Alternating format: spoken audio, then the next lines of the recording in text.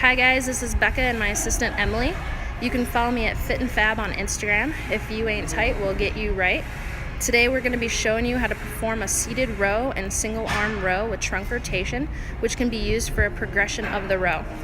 If you want those back gains, add this exercise to your program. This exercise is going to challenge one of the 5 movements of life, the pull, and is going to utilize the posterior deltoids, upper, middle, and lower trapezius fibers, rhomboids major and minor, teres major, and finally a latissimus dorsi. For this exercise, Emily will be using the cable machine and using a closed grip attachment.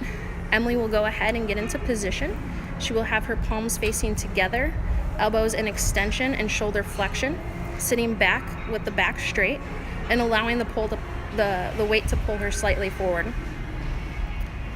As Emily begins the row, she should retract her scapula together, pulling the weight back towards her lower rib cage, holding for a 1-second count, and then returning to her starting position. Do this slowly to emphasize the eccentric contraction. Our muscles have 3 separate muscle contractions: a concentric, eccentric, and isometric contraction. As Emily pulls the cable towards her, this will indicate the concentric phase of the exercise. Her rhomboids and trapezius are actively retracting and depressing her scapula, and the lats act as a prime mover, pulling the humerus into shoulder extension. And the teres major and posterior deltoid are acting synergistically for dynamic stabilization. As Emily is holding her position for the 1-second count, she will indicate the isometric phase of her movement.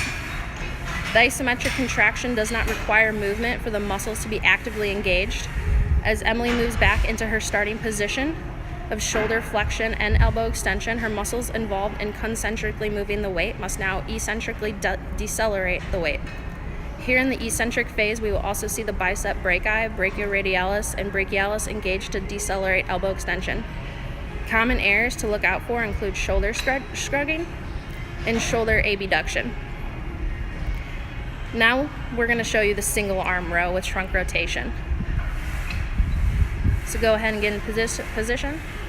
So with the single arm row with trunk rotation, this is not only going to utilize the muscles of the posterior chain, but it's also going to utilize your pec major, serratus anterior, transverse abdominis, rectus abdominis, and external obliques.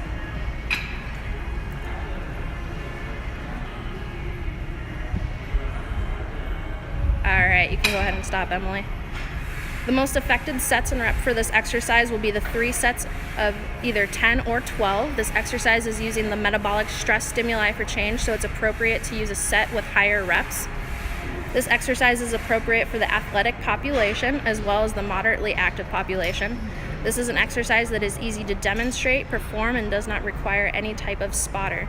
For the elderly population, a standing row using TheraBands for resistance may be more appropriate.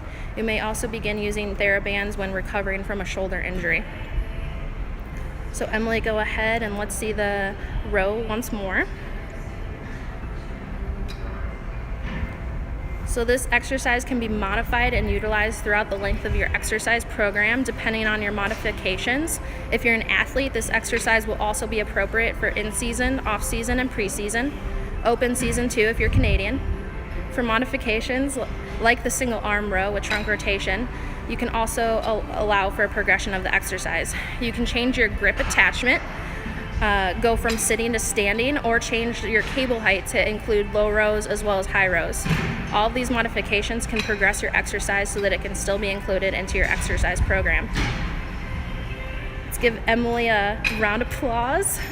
Great job. Thank you guys.